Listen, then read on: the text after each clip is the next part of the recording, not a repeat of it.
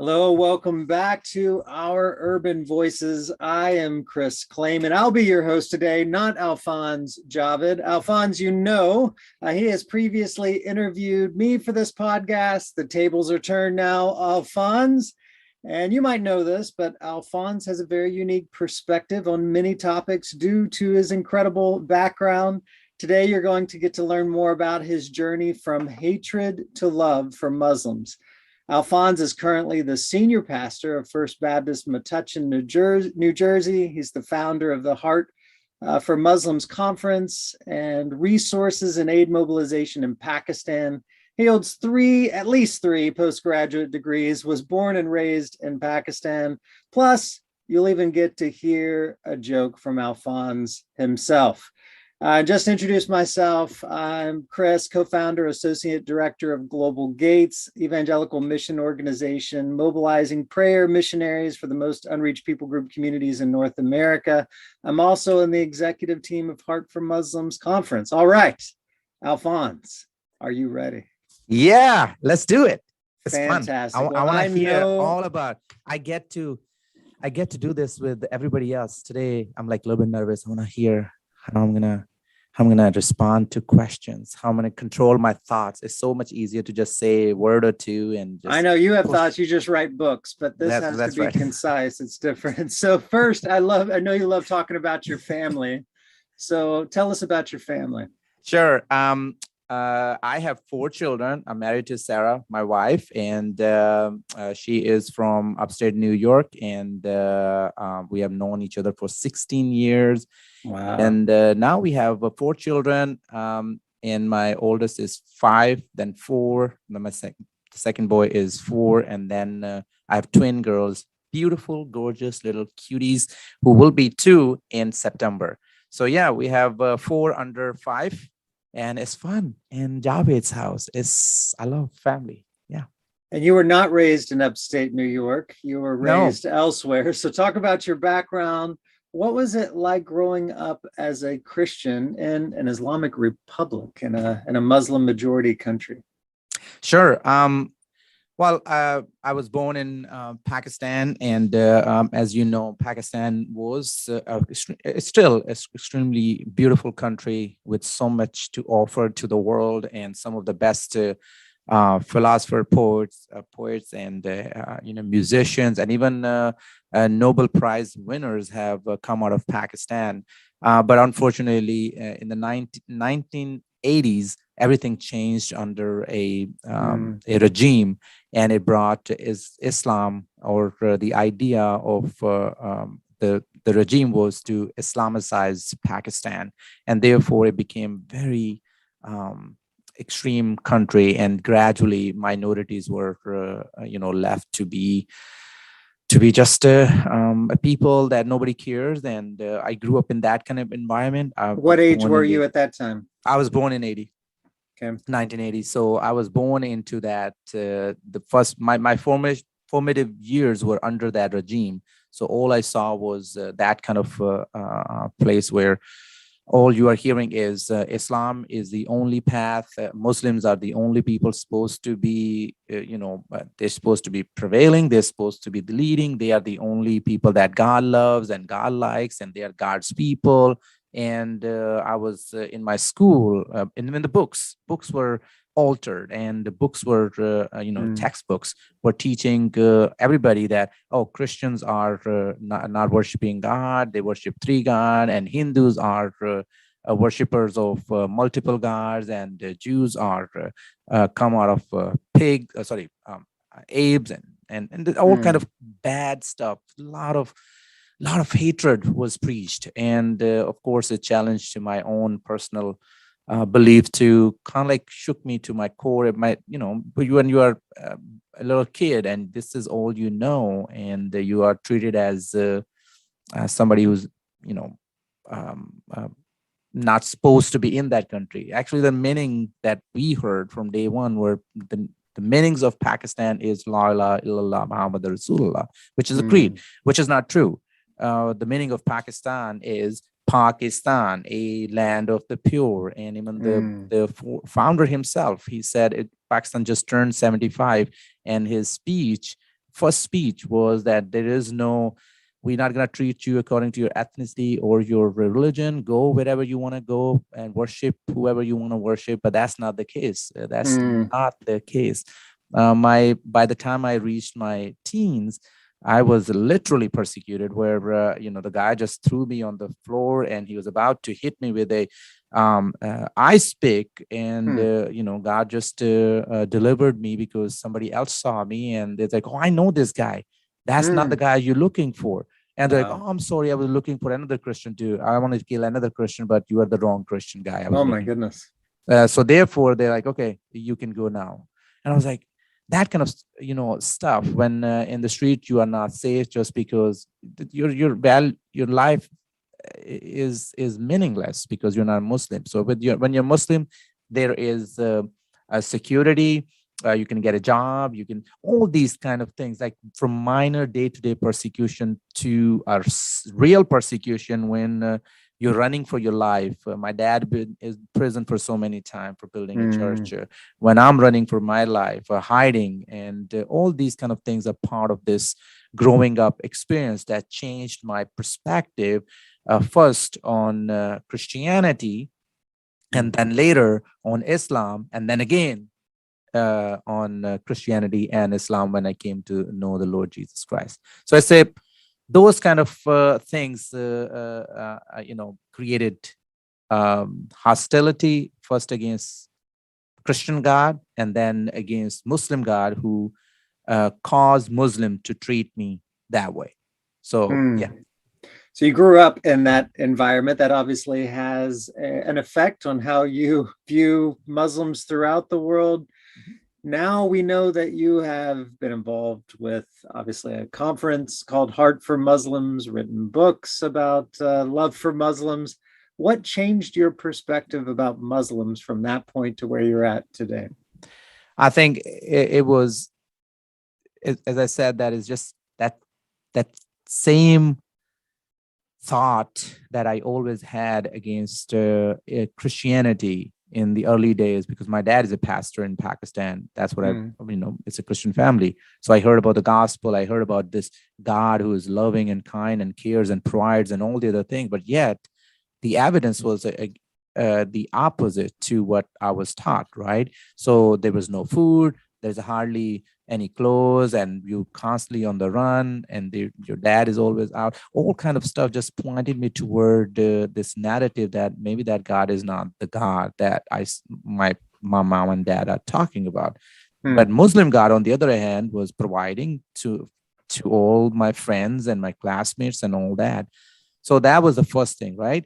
But then when the Lord changed my heart, it was at the age of 14, there was an attack on our church and back in Pakistan. Bullet was flying, people got shot. It was awful. My dad is missing. My brothers are missing. My two brothers are missing. My mom is out in the street with my younger sisters, who are very small little girls, and she is crying. And I arrive from my grandparents' house, and as soon as I get there, I see this situation, and my first reaction was, give me a gun. Is there anybody who has a gun? I want to shoot back. All I want to do is shoot back. I wanted revenge. That's all I wanted. But nobody had a gun.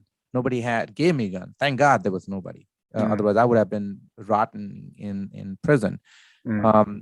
But thank God. And then I saw this, like from the back wall, there was a little hole. I saw through this hole, the door, the main gate of the church opened. For somehow it opened. And then I saw these bullets. By this time it was already late night, dark. It was dark out. So I saw bullets flying, like fire going from the bullets shooting through the guns. I can see them shooting. And then I see this guy, like almost like a movie. He just it just skipped him. He just like, and oh the bullet my goes up. It's like that kind of scene. And I'm seeing that from this little, a missing brick place where they actually, when they construct a wall, they put these bamboos to build a ladder. So that's why this was missing. I'm seeing this. And I was like, it can't happen. This is impossible. There gotta be God. God is protecting us. Oh, God is here. And then I broke down. I said, Lord, if you are real, just deliver us from this. And I commit my life to you. I will never, ever, ever, go away. I will always follow you. God did Wow. that. But with that, God also changed my mind too. When I arrived in the United States, that's where my heart was changed. Mm, First few years, if you read my first book, it has a lot of that hatred based, not false. It's just because what I experienced, I just showed in that book, and it comes from that section of people who preach and practice hateful Islam, and mhm, they are preaching and practicing terrorism. They do not understand the dignity of life. Exactly what Zia and his government was trying to do in the 80s. mm, And that's what I learned. That's what I saw. So I reported that. But then something changed in my own heart as I start to see Muslim being persecuted here, mm, being looked down upon. Even myself, when I saw people seeing me and treating me as if I was the enemy of this land. So I was not I was not taken as a friend of Pakistan, nor I was taken as a mm, citizen or friend of US either. Here I was mm, treated as Muslim or Pakistani. Over there I was mhm. treated as um, a Christian and possibly allied to America who's attacking Muslim lands. Oh, wow. So when you don't have any home and you are the persecuted one, then you begin to understand the pain of others who are being persecuted, regardless of their ethnicity, background, and the cause for persecution. And that's just changed my heart. I said, okay, there got to be somebody who got to stand up for Muslims, because Mm, not all Muslims, the majority Muslims are represented by a very small minority when it comes to terrorism, fanatic thought, and all that. Majority Muslims, the Muslims that I grew up with, they are willing to share their meal. They are willing to do. mhm, They live life. They are the one who show up when you need them. But then also, I was victimized by Muslims who were holding that the ice pick and trying to kill you, right? So those both type of people existed there, they exist here. So mm, that changed my perspective. And when God gave me a position in a influential church in Midtown Manhattan, I decided to pursue love and preach love. And mm, out of that, God brought you, a couple of our friends, to host this conference. You and me sat down. You remember that back in mhm. in those days we were in Florida, and so many of us were from Metro. And I said, why we don't do this in New York? Oh, let's do it.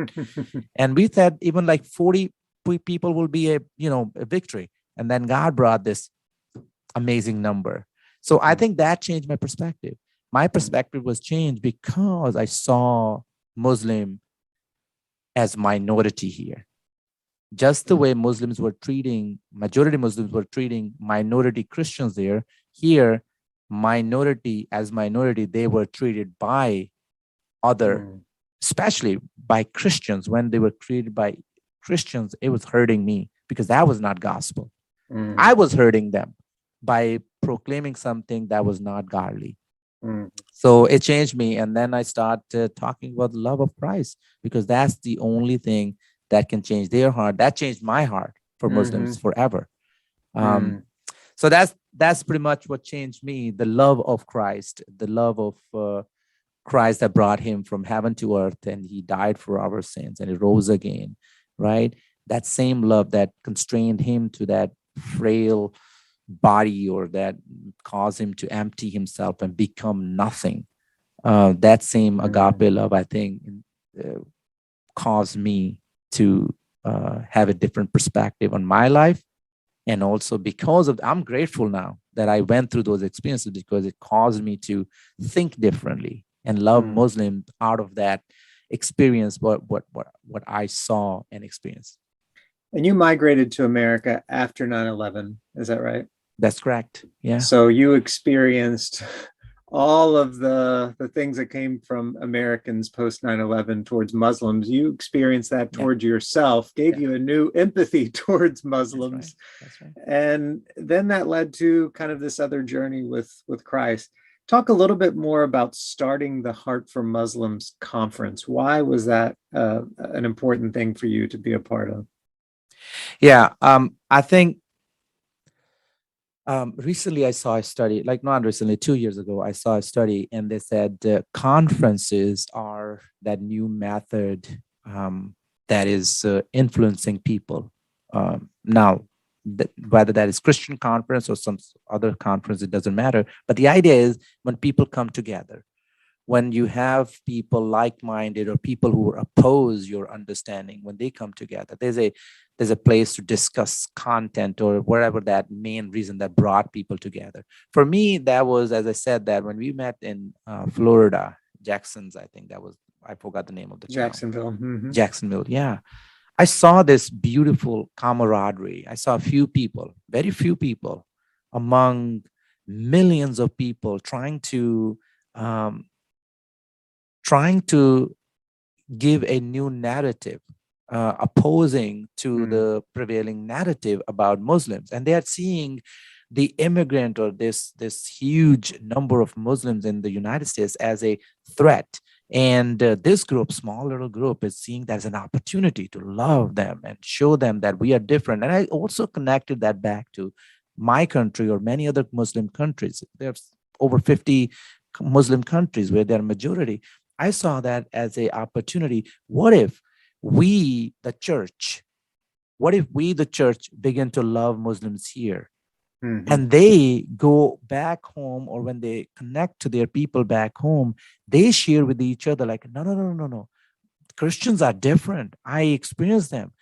They are treating us this way. Such an amazing, love that we have experienced in the United States. Why can't we show that to Christians here in Pakistan or India or Saudi or Iraq or wherever they are from?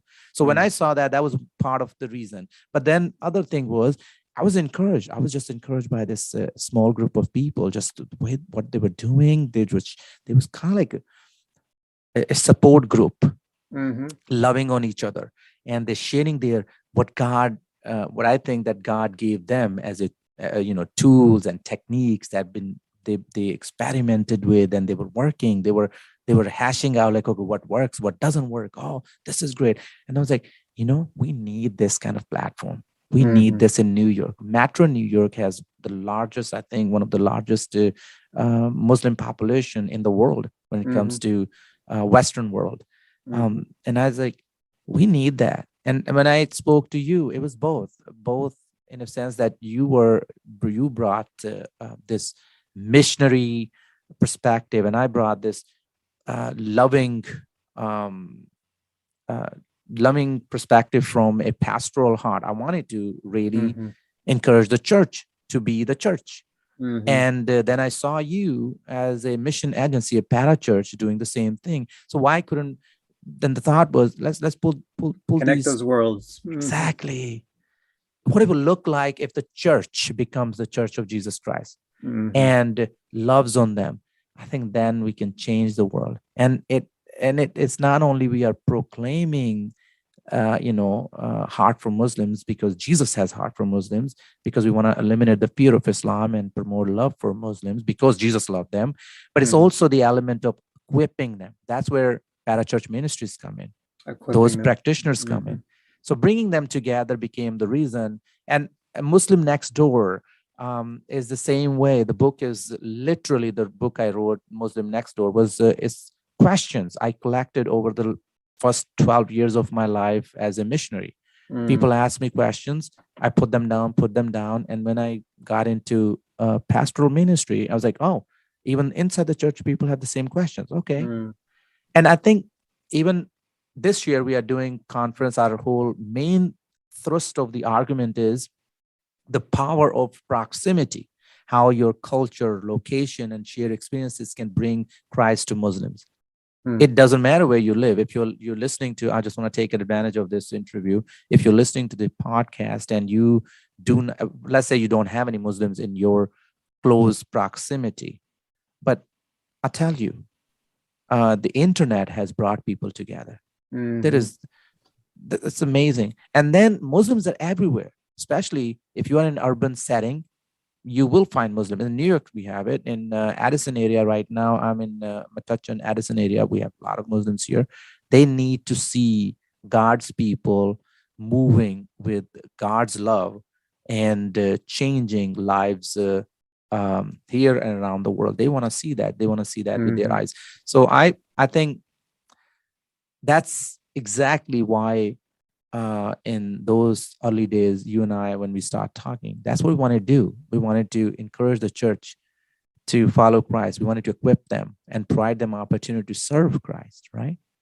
Yeah, it seems like most people, when they get interested in ministry with Muslims, because we don't know much, especially we didn't grow up in that sort of background, we're Muslim majority country, you learn a whole lot to try to win arguments. And Right. there have been surveys done of thousands of Muslim background Christians. Why did you come to Christ? Never at the top of the list was apologetics, even though it might be good to know for your own confidence that you have the truth. Right. The number one reason always is the love of Christians, the love of Christ that got them interested in finding out the truth and light behind it. So important. Switching gears now to talk about the podcast, which is actually a subsidiary of Heart for Muslims. What prompted you to start Our Urban Voices, and what does that actually mean? So Urban Voices was born in the middle of pandemic, and we were so the conference. Conference is all about bringing people together, and when you are limited by the Yeah. pandemic, and you were not allowed to actually you were forbidden to meet in gathering, to gather people in a location. We were forced to think creatively. We were forced to think logistically how it will work out for us if we take this online. So we did a conference during the pandemic. It was beautiful. It was fruitful. I got to hear so many wonderful stories. Our mutual friends from actually they work for your organization. They reported several baptisms because during the pandemic from Bangladeshi background, I got to hear all of those because of the conference. But then I realized, well, at least in person, we were able to connect and then follow through. And throughout the year, we were hosting small events and doing outreaches. But now we are limited. There got to be some sort of outreach we can do. And the best thing that I came out of that little change was I got to hear stories. I said, okay, stories matter. Stories matter. And why do we just hear them in a conference and then they die? I mean, they don't, the stories don't die, of If you course, but weren't there, it's done. Yeah. correct, it's gone. So the idea was, and around the same time, podcast was showing up everywhere. Everywhere it became itself is a what became a pandemic. Everybody was on podcast doing some sort of podcast. I was like, okay, all right, God is speaking very clearly that we need to envision a platform where we can become the voice. And then simultaneously around the same time, the George. You remember in New York, it was awful after George Floyd's murder, and it became a huge deal. Everybody was, we saw the protests in the streets. So that another issue, churches were divided over that. And I was like, I heard young people leading those Christian young people leading that. There was like whole this complicated issue with the BLM movement versus supporting Black life and all that. I was like, you know what? This is amazing. Now I have this two things that I want to accomplish. I want to hear people who are making difference for the Lord Jesus Christ in urban setting, but it's not only the people from Muslim background are coming to Christ, but also this is happening justice movement, social justice or justice movement out of mercy of Christ is happening. And then I saw testimonies of church plants. I was like, okay, perfect. We're going to pull all these things and we're going to start inviting people. We're going to hear urban voices, our urban voices, who are practitioners, who are working in the field, who are trying to make a difference at least, and pull these voices together and provide a platform. So there gotta be audience out there that's looking for these voices to come out of the urban settings like New York City. So that's how the podcast was born. And I think over the period of time we have received good comments. It's growing, and it was about time that the staff thought that people need to know you too as a host. So there is nobody else like Chris.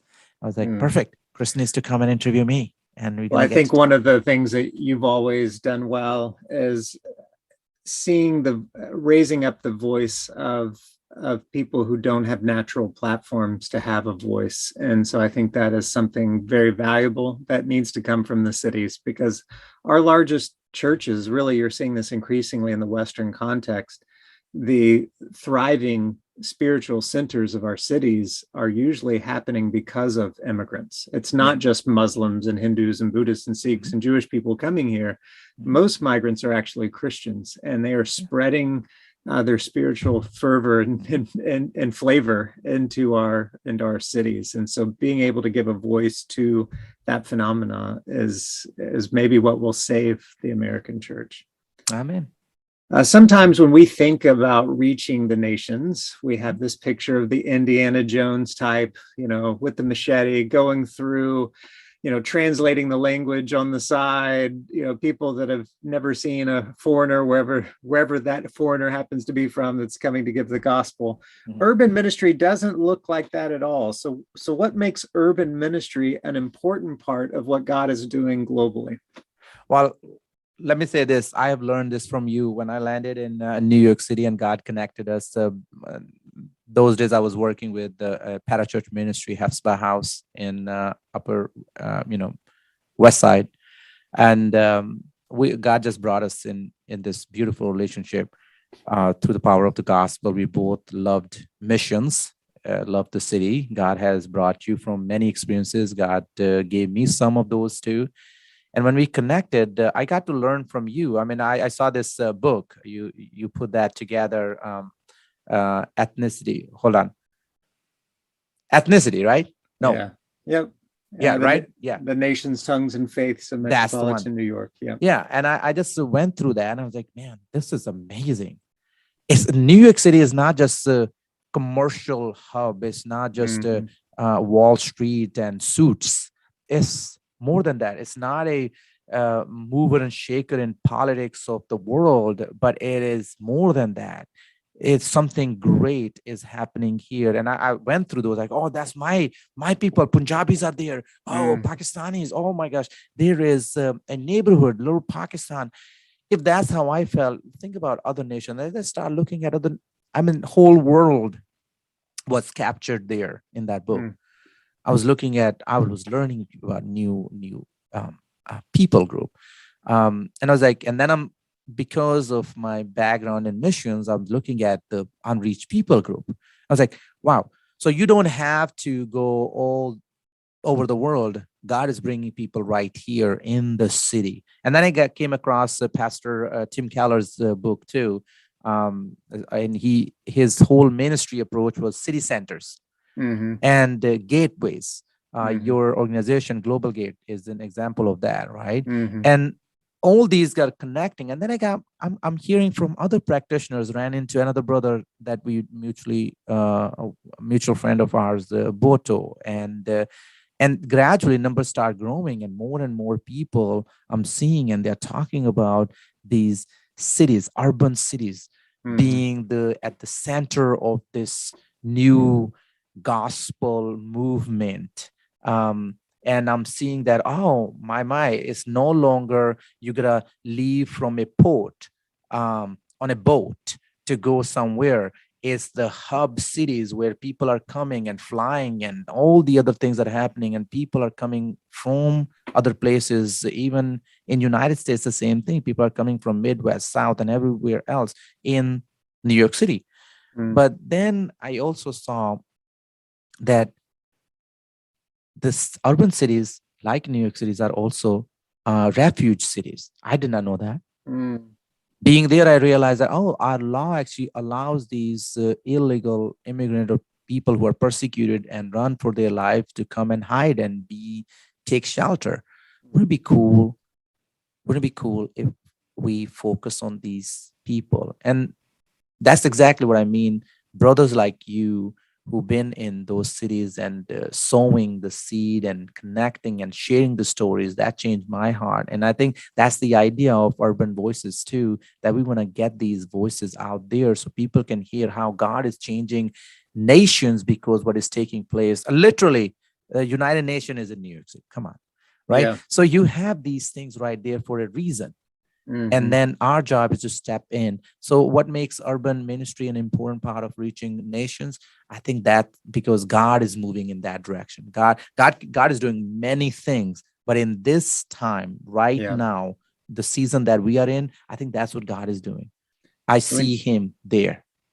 Yeah, when you talk about like the modern missionary movement since really William Carey, they talk about three major eras, to the coastlands that kind of coincided with colonization. Then there were to the inlands of people like Hudson Taylor would be a symbol of that, of contextualization became important. Then you saw over the last 50 years, the rise of understanding of just not geography, but also distinct people groups and languages and how many would be hidden still. It does seem like we're moving into a fourth era of missions where all those other things are still realities, but we are becoming so globalized and urbanized and transnational that we have got to kind of raise up what does ministry look like in this new era and figure that out. Yes, exactly. You have said much better than I would have been able to articulate. You said so well. And I think that's precisely why we need to serve. We need to share this. The conversation we are having, I hope somebody hear this and God moves his or her heart and they end up in New York City. I heard, this, I'm sure you know this guy, he writes as a friend. I consider him friend. He's a missiologist, Barthwick. And he wrote this book and he calls that urban jungle. He gives the idea of urban jungle, that we live in those days, primitive, jungles. You will go there and talk to those people and do the things. But now we live in urban jungles. This is the place where we need to invest. And you don't need maybe the methodology has changed too. Now we need, what we're looking at is maybe we need to put people in a financial district where they are rubbing shoulders with men and women who are pursuing a different God, right? We need to pursue God. Same thing with, just as it is important to talk to a Muslim person in Brooklyn or somewhere else, or a Hindu person in Jackson Heights, or a Sikh person. Same thing, I think, is true for those folks who are considered 1%. They need Jesus too. Yeah. And where are they? They are in the cities. So talk real quick about the uniqueness of Muslim ministry in the urban context and the importance of kind of understanding the urban context for reaching Muslims. I think when you have, it goes back to what we already discussed, that God is bringing people here, right? And almost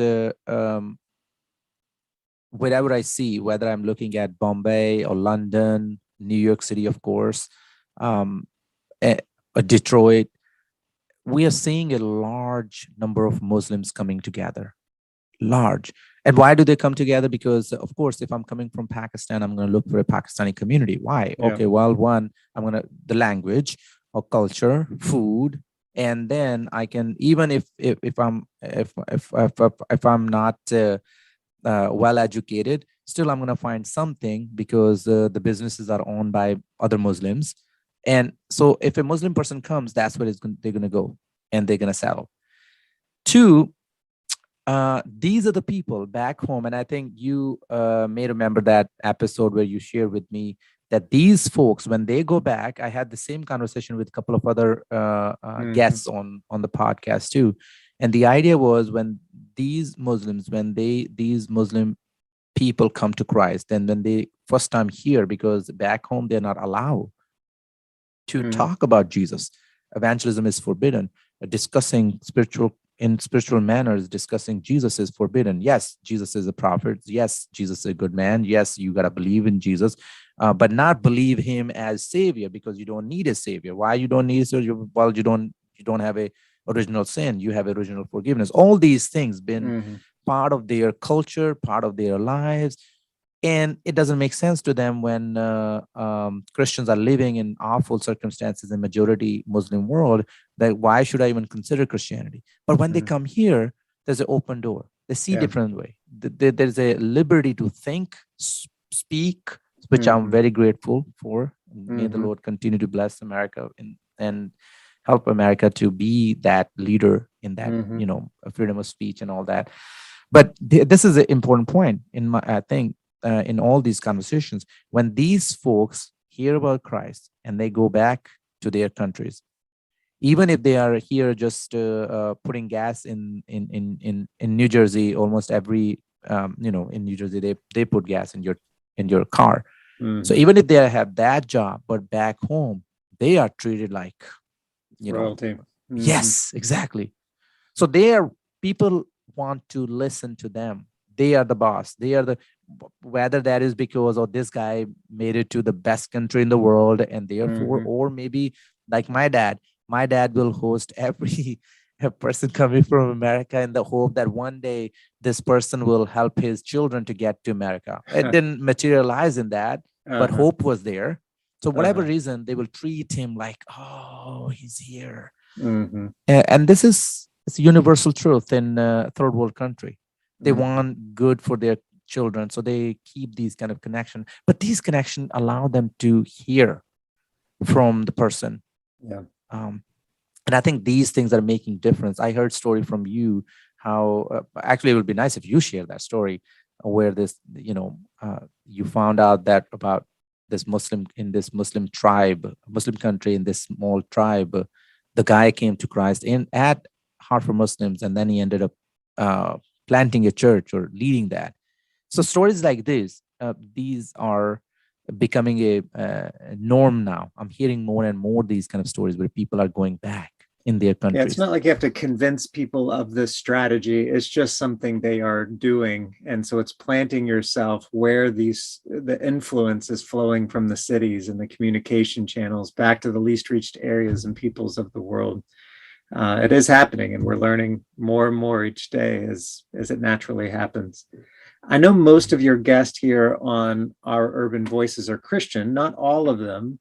But why do you think it's important to talk about things like South Asian dance and skiing in a sari, or the sport of cricket, as part of the podcast's overall emphasis on urban ministry?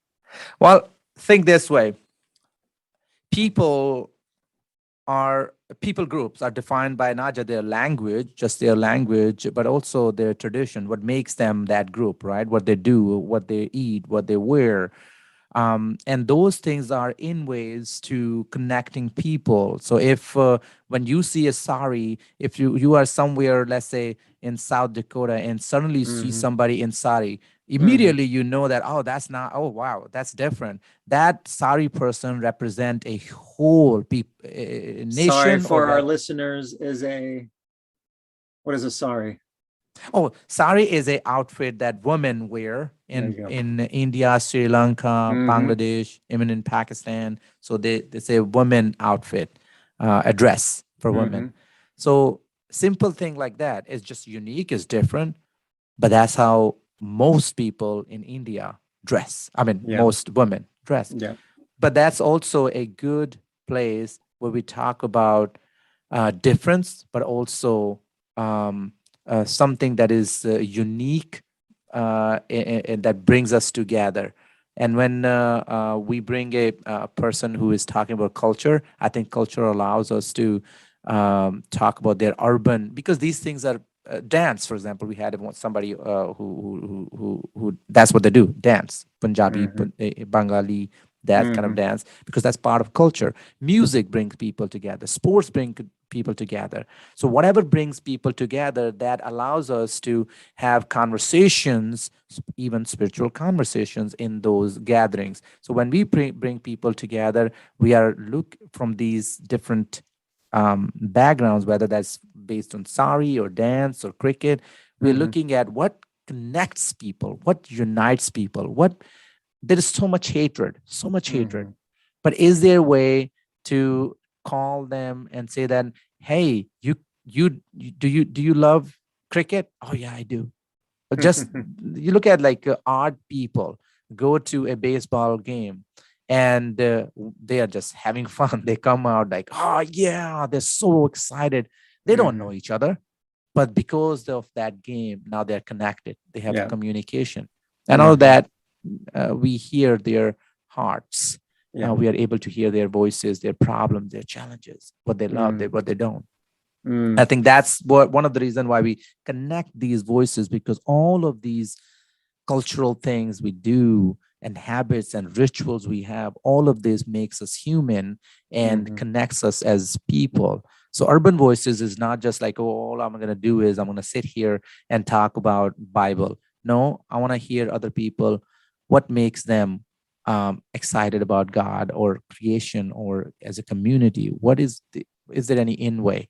Is there a way that I can start a communication? Is there a way that probably become a point of conversation? If the person likes cricket, for me, if I want to reach out to a Hindu person or a Muslim person, maybe that's the place. That's my in way. I want to. It's like those little cultural cues, symbols, dresses, all those things open up door. They're just begging out for you to ask, what is this? Yes. And so you as a Christian go, hey, what?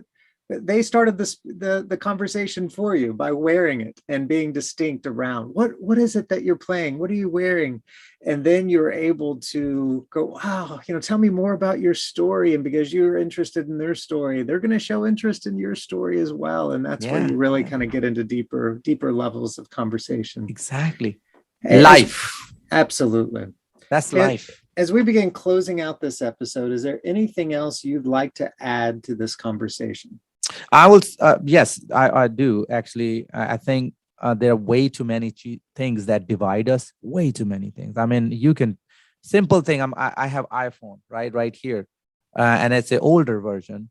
And yet yesterday I had a good friend. He was like, he has Android, and it's like, oh man, the iPhone is this and that. He's just going on and on that, and he's praising.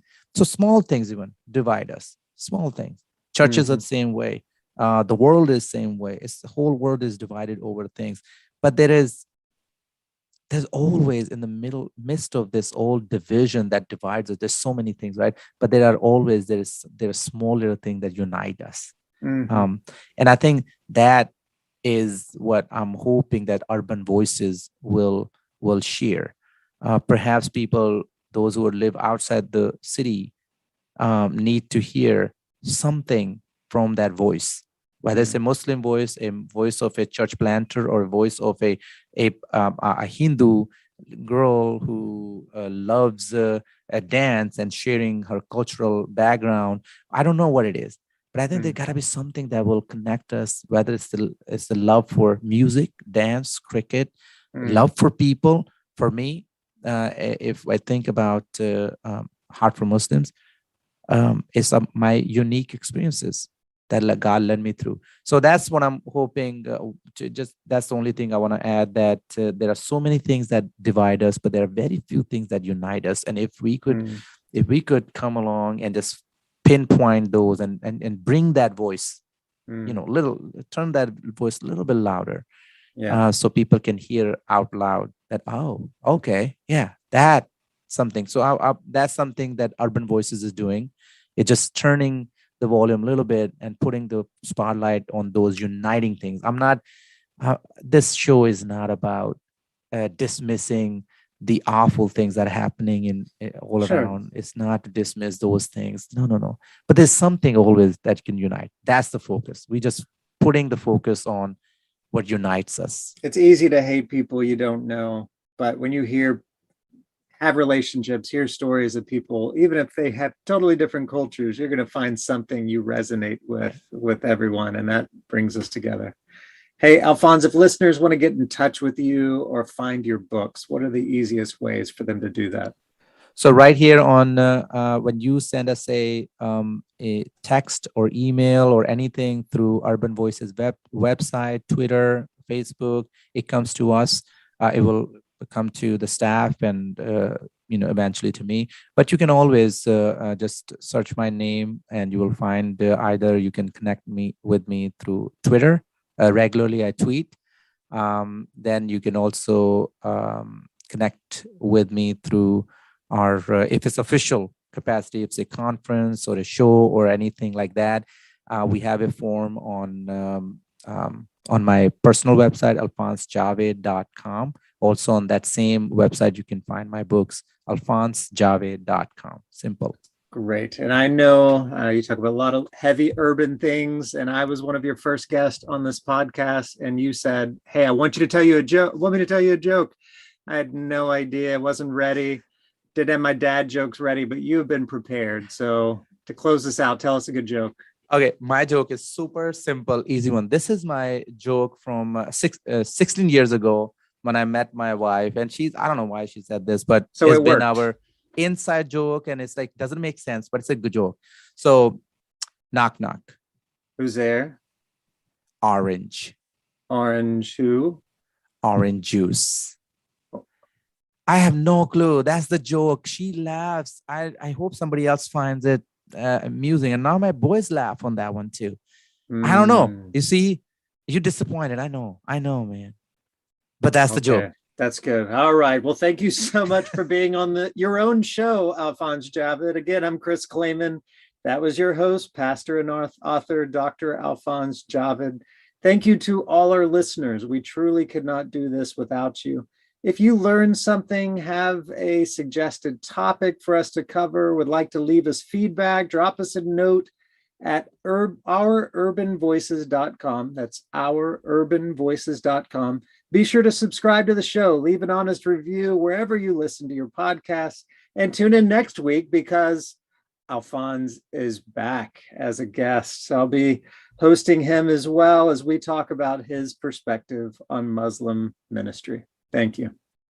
Did you know that the Our Urban Voices podcast is an outreach ministry of the Heart for Muslims conference? Our vision is to promote love for Muslims and eliminate the fear of Islam. Join us this year on Saturday, November 5th at Trinity Baptist Church in Manhattan, New York. We will be focusing on the power of proximity, how your location, culture, and shared experiences can bring Christ to Muslims. Hear from Muslim ministry practitioners and connect with like-minded Christians. Find all the details at heartformuslims.com.